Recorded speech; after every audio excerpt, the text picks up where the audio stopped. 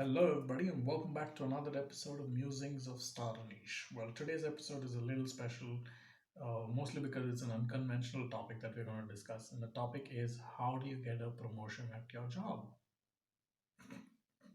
And it's funny too, because most of us hate, and yeah, I think most people I know don't like their bosses very much. And well, let's just be outright. You all hate your bosses. But yeah, let's talk about how do you still, despite that, how do you get a promotion?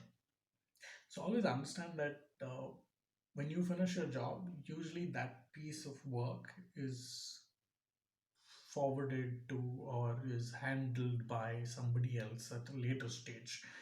And if you do your job in with a little bit of empathy towards the person who's going to follow up your job, then your value is going to immensely increase. I'll give you a good example also.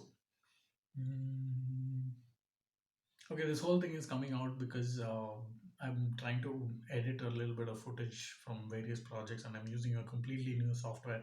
So it takes me back into the days when I did learn editing for the first time.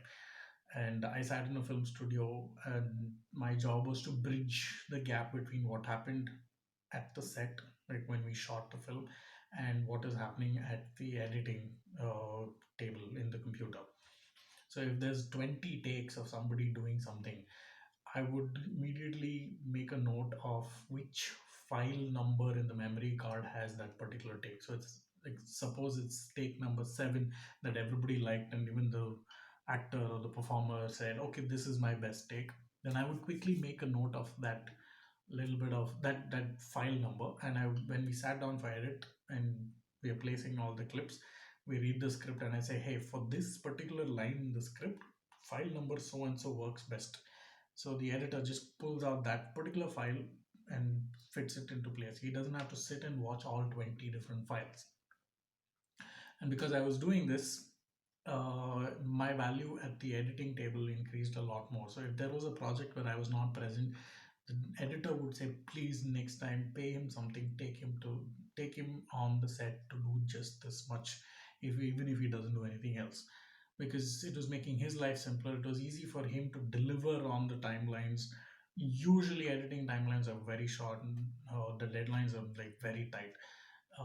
So my value automatically increased. And although I was originally hired at this film studio to work as a camera assistant and then at some point take up the camera by myself, that was the conversation we had in the interview. But even if there was a role where there was no need for a camera assistant or somebody to handle the second camera, I would still be on set because I made the editor's life simpler.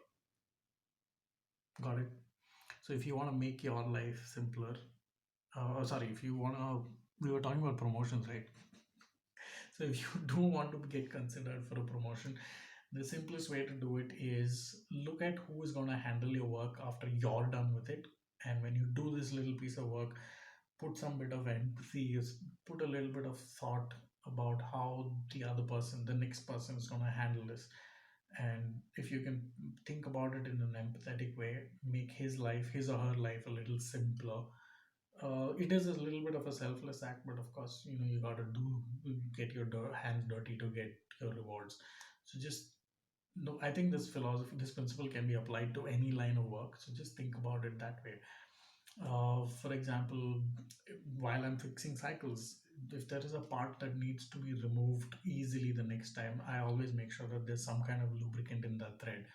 It could be a dab of lube, it could be grease, or it could be anything else. So that the next mechanic, whoever it is, it could be the owner, it could be a whole new technician who's working on the bike, but his life is simpler when they try to open that, and there's no galvanizing that seizes these two threads without getting into chemistry. But I just think about the next technician who's going to open that bolt.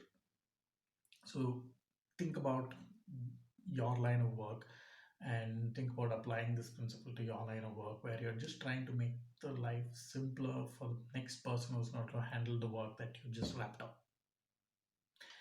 Lo and behold, at some point down the line, you will get a promotion because of this lifestyle change. Is it a lifestyle change? It's a habit change. It's an outlook change. Yeah, think about it. Bye bye.